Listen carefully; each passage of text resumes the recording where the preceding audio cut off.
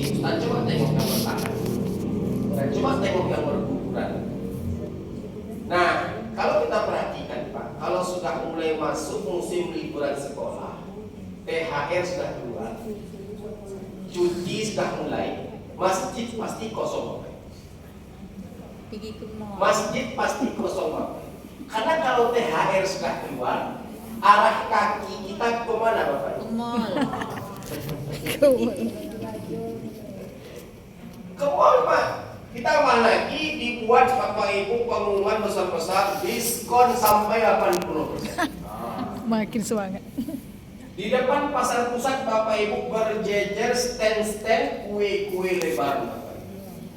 Apakah itu salah? Tidak. Tidak salah Bapak Ibu. Dagang silahkan dagang. Beli baju lebaran silahkan beli baju lebaran. Belanja silahkan belanja. Tapi jangan korbankan aktivitas Ramadan kita. Karena Bapak Ibu, Ramadan ini cuma 30 hari dalam 360 hari. Itu masalahnya Bapak Ibu. Allah tak larang kita untuk berbelanja. Allah tak larang kita untuk buat kue. Allah tak larang kita untuk mudik lebaran. Silakan Bapak Ibu, tidak ada ulama yang melarang. Namun Bapak Ibu, kita cenderung menyia-nyiakan kesempatan akhirat kita demi kepentingan dunia. Maka oleh karenanya Bapak Ibu dimuliakan Allah, kami tertarik menyampaikan sebuah hadis Nabi alaihi salatu wassalam yang diriwayatkan oleh Imam Muslim dalam sahihnya. Ada 3 kelompok orang Bapak Ibu yang dimuliakan Allah, yang mana 3 kelompok ini mendapatkan doa keburukan dari malaikat Jibril alaihi salam. Bu, kalau Jibril mendoakan keburukan untuk umat Nabi, berarti doa keburukan itu mengarahkan kepada keridhaan Allah atau kemurkaan Allah? Kemurkaan. Karena doa malaikat tak pernah ditolak oleh Allah. Nah, Jibril mengutuk, Jibril melaknat, Jibril mendoakan keburukan untuk 3 kelompok orang. Siapa itu? Dengarkan kisahnya baik-baik. Ketika Nabi Muhammad SAW menaiki mimbarnya, nah ketika Nabi berada pada tangga yang pertama, Nabi mengucapkan amin. Nabi berada pada tangga yang kedua, Nabi mengucapkan amin. Nabi berpindah ke tangga yang ketiga, Nabi mengucapkan amin. Nah, hadis ini menunjukkan bahwasanya mimbar Nabi memiliki 3 anak tangga. 3 anak tangga. Berapa jumlah anak tangga mimbar Masjid Al-Dirham? 1. Berapa Pak? Mana itu? 1. Mimbar Nabi ada 3 anak tangga. Mimbar Masjid Al-Dirham tidak ada anak tangga. Berarti tidak mengikuti Nah, tolong diganti Pak. Baik Bapak Ibu, saya tidak bercanda. Ini hanya wasilah saja. Ini hanya tempat saja. Ini hanya media saja. Kalau bisa buat 3 anak tangga. Kalau tak bisa tak apa-apa. Bapak Ibu, ini hanya sifatnya penganjuran saja. Dan itu yang bukan kita bahas. Baik Bapak Ibu, ketika Nabi mengucapkan amin, amin, amin, lalu ketika Nabi turun dari mimbarnya, semua sahabat Nabi terheran-heran.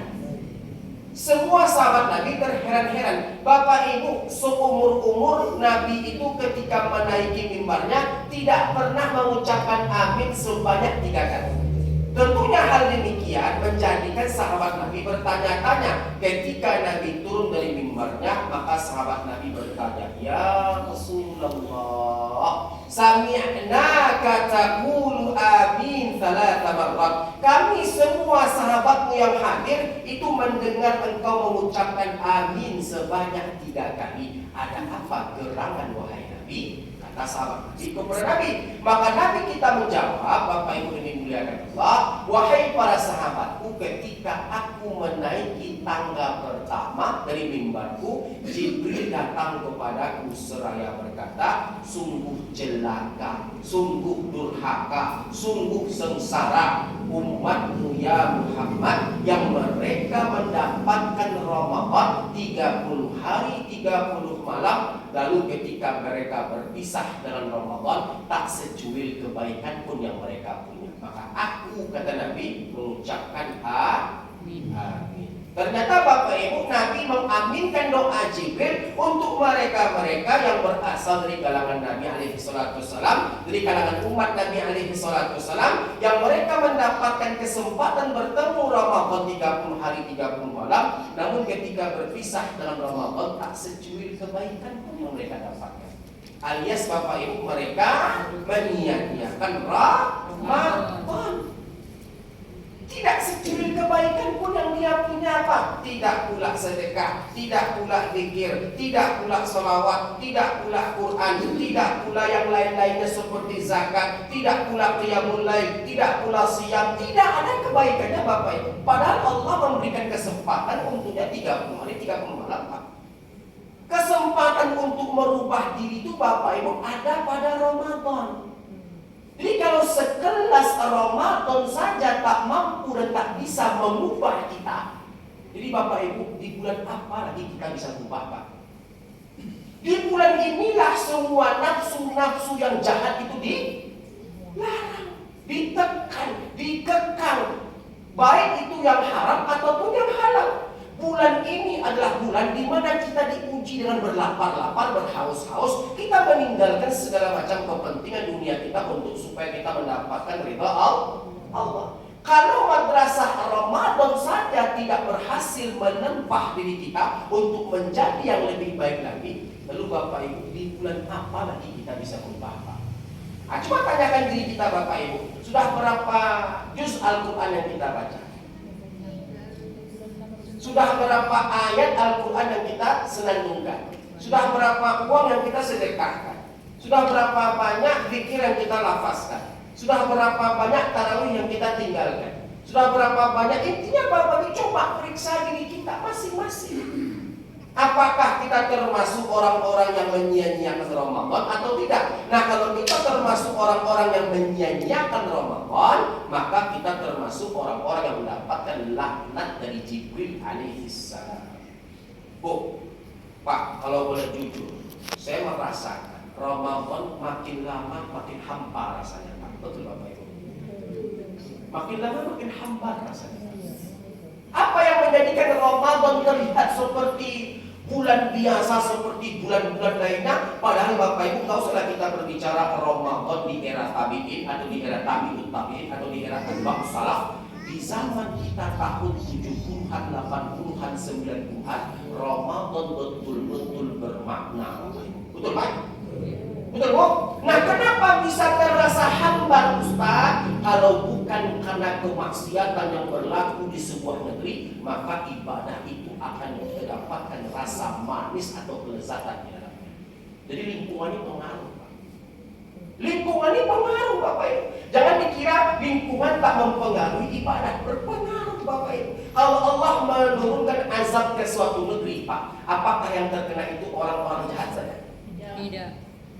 Contoh Bapak Ibu, berapa banyak longsor yang terjadi, banjir yang terjadi, ya kan? Berapa banyak angin-angin puting beliung yang terjadi. Enggak di Riau saja Bapak Ibu, saya dengar di Padang Sidempuan. Baru-baru ini Bapak Ibu saya dengar longsor di Minas Bapak Ibu. Kenapa? Cuma hari demi hari kita menyaksikan Bapak Ibu musibah datang silih berganti. Ada apa dalam negeri kita Bapak Ibu? Sudah dicabut keberkahan. Dikarenakan apa? Dikarenakan kemaksiatan derajat.